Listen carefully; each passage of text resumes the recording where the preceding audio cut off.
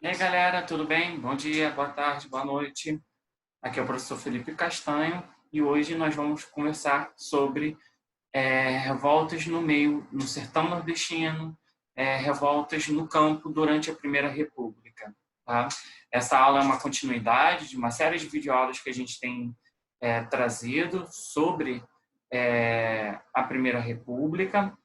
E ela encerra o conteúdo da Primeira República, de modo que nas próximas aulas nós vamos conversar sobre o fim, né, o fim da Primeira República e início da Revolução de 1930, né, do processo histórico que vai levar à Revolução de 1930.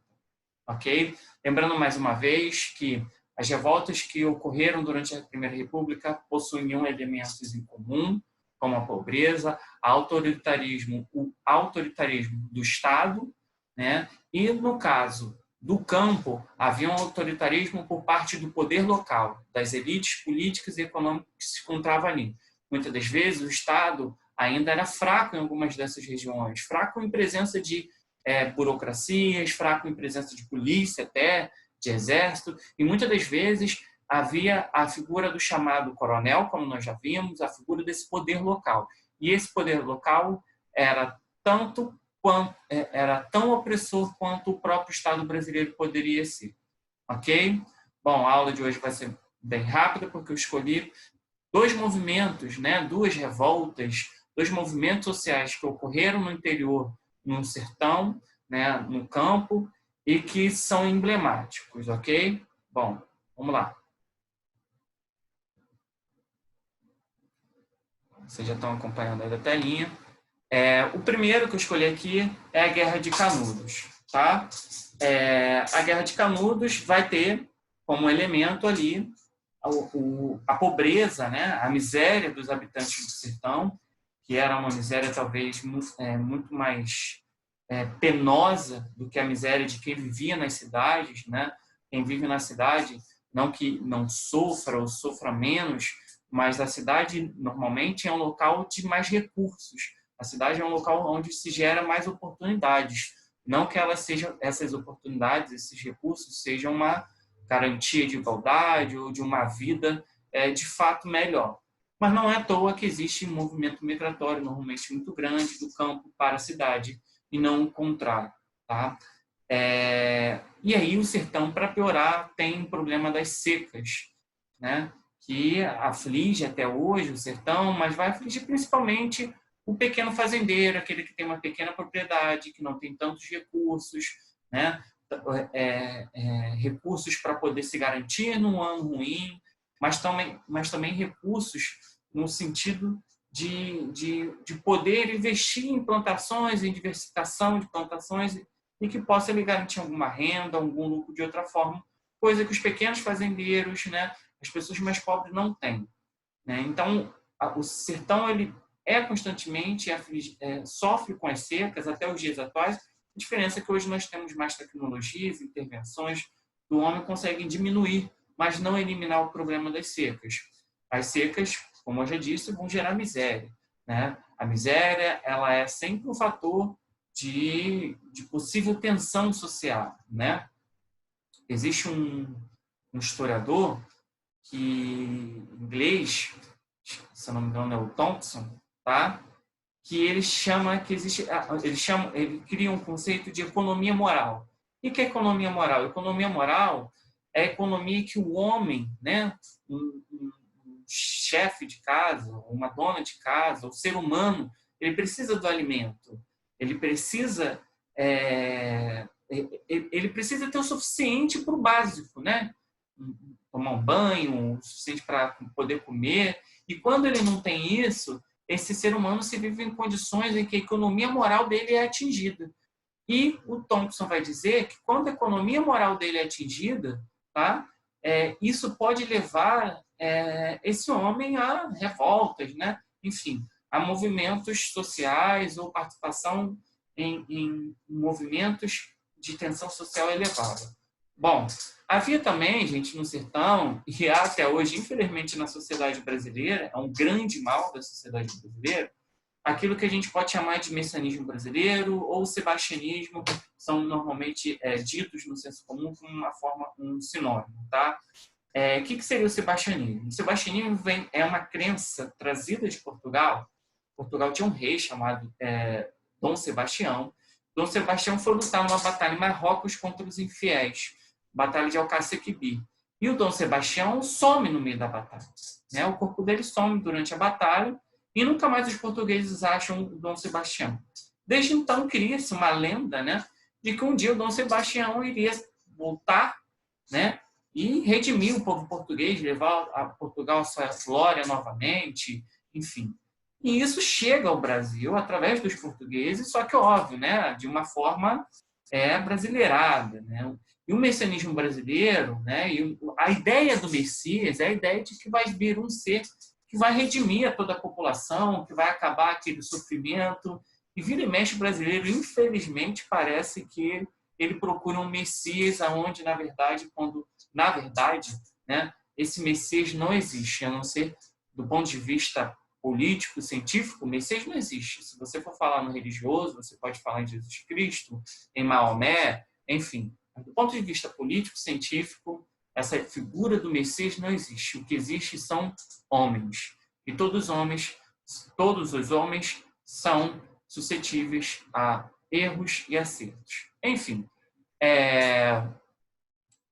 essa questão do sebastianismo, do messianismo, vai ser incorporada muito por um homem chamado Antônio Conselheiro, que tem uma vida muito sofrida, né? Ele perde familiares, ele convive com essa violência, ele convive com essa miséria. E o Antônio Conselheiro vai começar a pregar, né, no sertão nordestino, vai começar a ter adeptos. Ele vai pregar um estilo de vida alternativo, aonde eles vão para o interior, vão fundar uma cidade que vai ser o Arraial de Canudos, né, a criação de Belo Monte, em Canudos, que é um arraial onde eles compartilhavam, né, aquilo que eles plantavam, aquilo que eles colhiam.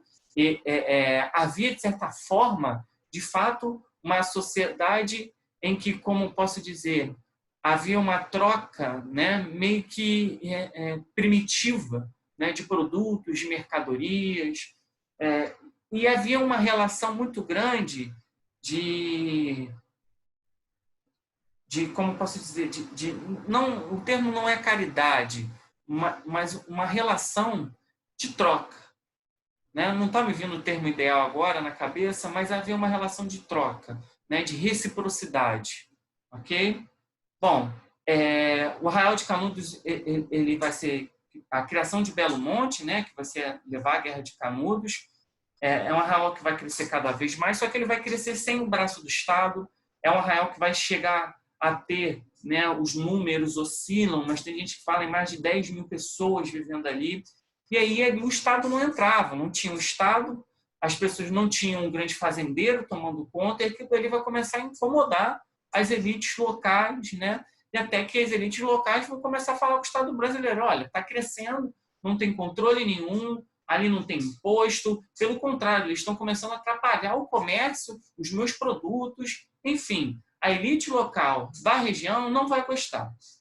O Exército Brasileiro ele vai tomar iniciativas, o Estado brasileiro vai tomar iniciativas para tentar acabar com o Arraial de Canudos, vai fazer mais de uma incursão militar para tentar derrotar Canudos, mas eles não conseguiam. A princípio, Canudos não tinha arma basicamente nenhuma, não tinha como se proteger direito, só que tinha uma grande população. O Exército Brasileiro não conseguiu lidar no primeiro momento, né, ter noção da projeção, do tamanho de Canudos. Na imagem ali superior à esquerda, né, a gente consegue ver mais ou menos a extensão de Canudos. É um desenho de Canudos pintado à época.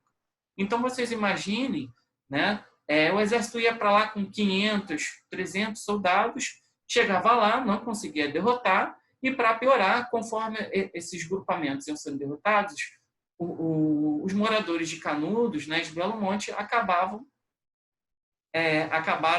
tomando as armas do exército e se defendiam com as próprias armas do exército por uma próxima incursão. Canudos, né, que vai existir ali por mais de 10 anos, tá? Mais ou menos no prazo de 10 anos que ele vai se desenvolvendo, tá? Vai ser somente derrotado definitivamente em 1897. Tá? A foto ali à direita é a figura de uma rendição, né, de moradores de Canudo ao exército brasileiro. Né? Há uma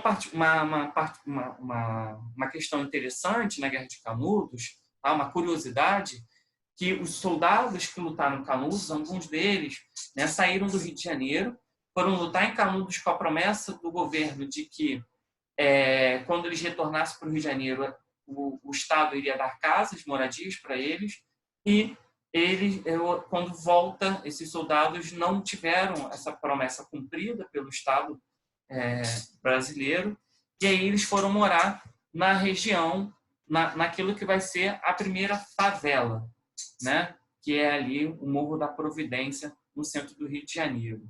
A favela, não sei se vocês sabem, mas a favela é o nome de uma planta, né, que dava no morro, ok? Bom, outro movimento, né, não chega a ser uma... repare que tanto Canudos não chega a ser uma revolta como espontânea. Na verdade, são mais movimentos sociais mesmo, só que o Estado não vai gostar da atuação. Bom, o movimento do cangaço, gente, e que normalmente, primeiro eu quero que vocês tenham ideia, ainda que eu tenha focado ali, né, no Lampião e Maria Bonita, não ache que o cangaço se restringiu a Lampião e Maria Bonita. Tá? Nós tivemos outros cangaceiros que foram famosos, inclusive, como Corisco, Dadá. Tá? Enfim, havia outros bandos de cangaço e que, enfim, e que participaram desse movimento social. Tá? O cangaço, gente, ele é do início do século XIX até cerca de 1940. Normalmente se coloca ali o declínio final desse movimento do cangaço com a própria morte, né, do Lampião e da Maria Bonita. Tá? E, novamente, a gente tem ali as condições de pobreza e miséria. A figura do cangaceiro, gente, é uma figura um pouco contraditória. Por quê? O cangaceiro, gente, meio que a gente tem uma ideia de Robin Hood, né? Ele roubava dos ricos e dava para os pobres. E não era bem assim. Havia os cangaceiros que faziam um pouco de papel de Robin Hood, que ajudavam algumas populações locais, mas havia os cangaceiros que ofereciam os seus serviços. Então, você poderia ser um fazendeiro rico, por exemplo, e contratar o serviço de um cangaceiro. Esse é o caso, por exemplo, do próprio Lampião. O Lampião foi contratado para combater o movimento, a coluna Prestes, tá? Quando ela passa pelo Nordeste. Ou seja, o bando de Lampião esteve a serviço também de poderes econômicos fortes, né?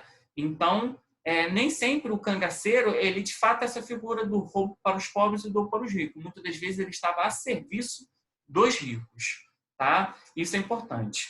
Bom, não tem como não dizer, né? Muitos desses homens foram forjados na violência autoritária do Estado, tiveram parentes, perderam parentes viram seus parentes morrerem quando eram crianças, né? Na mão, através da violência policial desses sertões ou através do poder econômico.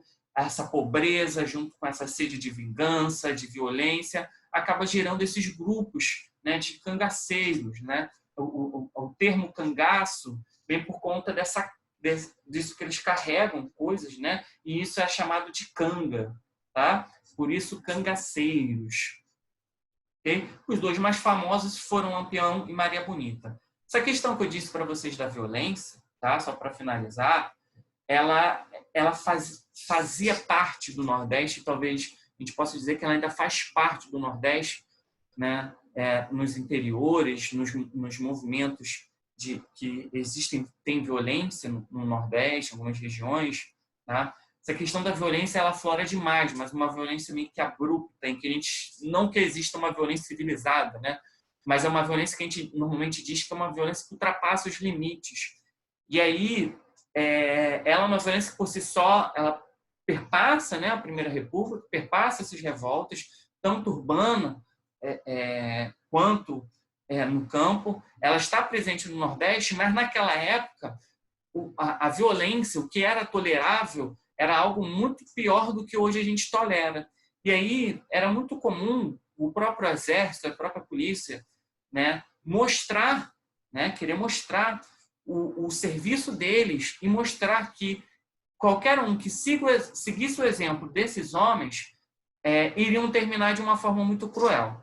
É isso que eu quero mostrar para vocês. Nos próximos slides, eu vou mostrar duas fotos fortes que a aula, basicamente, ela acaba aqui. Então, eu só quero que para vocês verem, né, essa questão da violência que eu estou dizendo. Mas, se você não quiser ver essas fotos, pode parar por aqui. E aí, enfim, tá? Não vai perder nenhum conteúdo, porque eu não vou falar mais nada adiante de significativo, ok? Aqui é a foto do próprio Antônio Conselheiro morto, né? Essas fotos elas serviam, como eu já disse, para exemplo, ok? E que evidenciam a violência, o caráter cruel, né? E autoritário, repressivo da Primeira República. E aqui a foto do bando de Lampião morto, tá? Era uma foto para dar exemplo. Então repare que cortaram as cabeças e colocaram à mostra, tá? A cabeça dos principais membros do bando de Lampião. Bom, galera, por hoje é só. Espero que vocês tenham gostado da aula, tá? Qualquer dúvida, comenta lá nas minhas redes sociais. Fiquem em paz.